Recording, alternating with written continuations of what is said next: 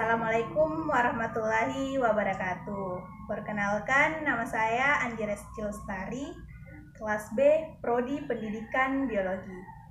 Pada kesempatan kali ini, saya akan menjelaskan bagaimana sih proses fotosintesis. Fotosintesis merupakan proses yang menghasilkan karbohidrat dari bahan karbodioksida dan air. Di dalam proses fotosintesis, sangat dibutuhkan cahaya matahari sebagai sumber energi. Dalam fotosintesis terbagi menjadi dua tahap. Yang pertama, tahap reaksi terang dan tahap reaksi gelap. Pada kesempatan kali ini saya akan menjelaskan pertama yaitu proses reaksi terang non-siklit. Pada reaksi terang terbagi juga menjadi dua, yaitu reaksi terang non-siklit dan reaksi terang siklit. Baiklah, saya akan menjelaskan proses reaksi terang pada non-siklit. Di mana dimulai cahaya matahari akan masuk kepada fotosistem 1. Cahaya matahari yang masuk pada fotosistem 1 akan mengeluarkan atau melepaskan 2 elektron dan akan ditangkap oleh akseptor primer. Molekul yang berada di akseptor primer ini akan dilepaskan lagi dan ditangkap oleh ferreduksin. Elektron yang berada pada ferreduksin ini akan dilepaskan dan akan ditangkap oleh NADPH plus reduktase. Elektron yang berada di NADPH reduktase ini akan membentuk sebuah energi yang dinamakan NADPH atau menghasilkan NADPH. Kita beralih pada fotosistem 2. Fotosistem 2 di mana cahaya matahari akan masuk ke fotosistem 2 dan akan melepaskan 2 elektron. 2 elektron tersebut ini akan ditangkap oleh akseptor primer. Elektron yang berada pada akseptor primer akan ditangkap oleh plastoquinon. Elektron yang berada pada plastoquinon ini akan dilepaskan dan ditangkap lagi oleh kompleks sitokrom. Elektron yang berada pada kompleks sitokrom akan dilepaskan lagi dan ditangkap oleh plastosianin. Kan kita ketahui bersama pada fotosistem 1 telah melepaskan 2 elektron. Otomatis fotosistem 1 akan kekurangan 2 elektron.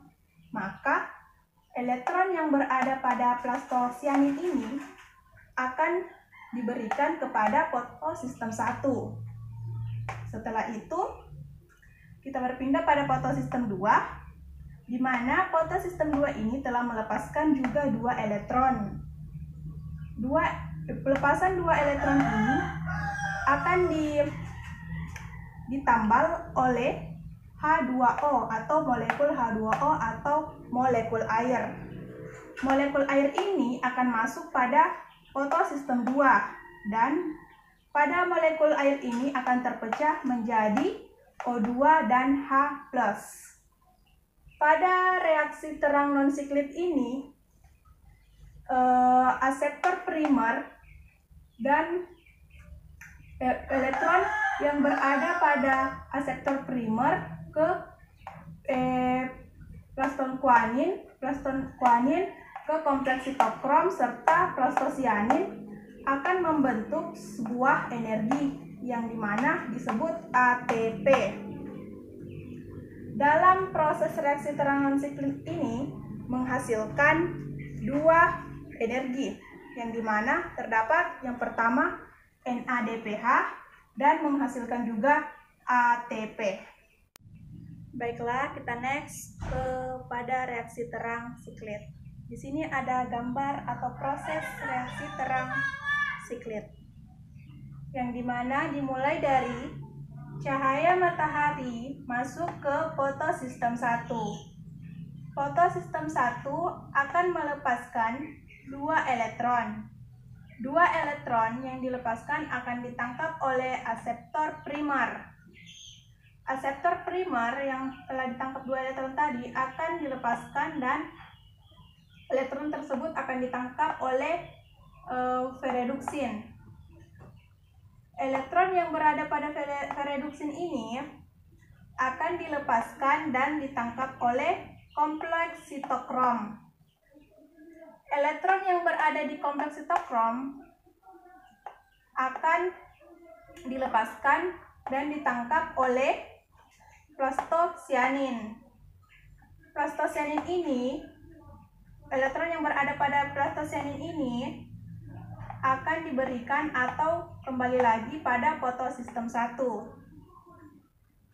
Proses dari aseptor primer ke ferreduksin, kompleks sitokrom, dan plastosianin akan menghasilkan yang namanya ATP. Dalam proses reaksi siklit ini, siklusnya dia hanya berputar-putar saja secara terus-menerus untuk menghasilkan ATP. Baiklah, kita next pada reaksi gelap pada proses fotosintesis. Di sini ada reaksi gelap fotosintesis atau siklus Calvin. Yaitu pertama dimulai dari 3 molekul CO2 akan disatukan ke 3 molekul ribosa bifosfat. 3 molekul ribosa bifosfat ini akan menghasilkan 6 molekul 3-fosfogliserat. Untuk menghasilkan 3 ribosa bifosfat menghasilkan 6 3-fosfogliserat dibutuhkan Rubisco atau enzim Rubisco, di mana enzim Rubisco ini sangat banyak atau sangat melimpah untuk proses menghasilkan 6 molekul 3-fosfogliserat. Tahap ini dinamakan tahap fiksasi.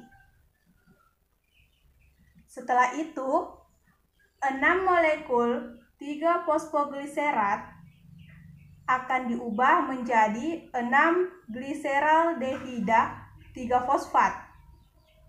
Untuk mengubah 6 3-fosfogliserat menjadi 6 gliseraldehida 3-fosfat dibutuhkan 6 ATP. 6 ATP yang telah dibutuhkan tadi sisanya akan menjadi ADP.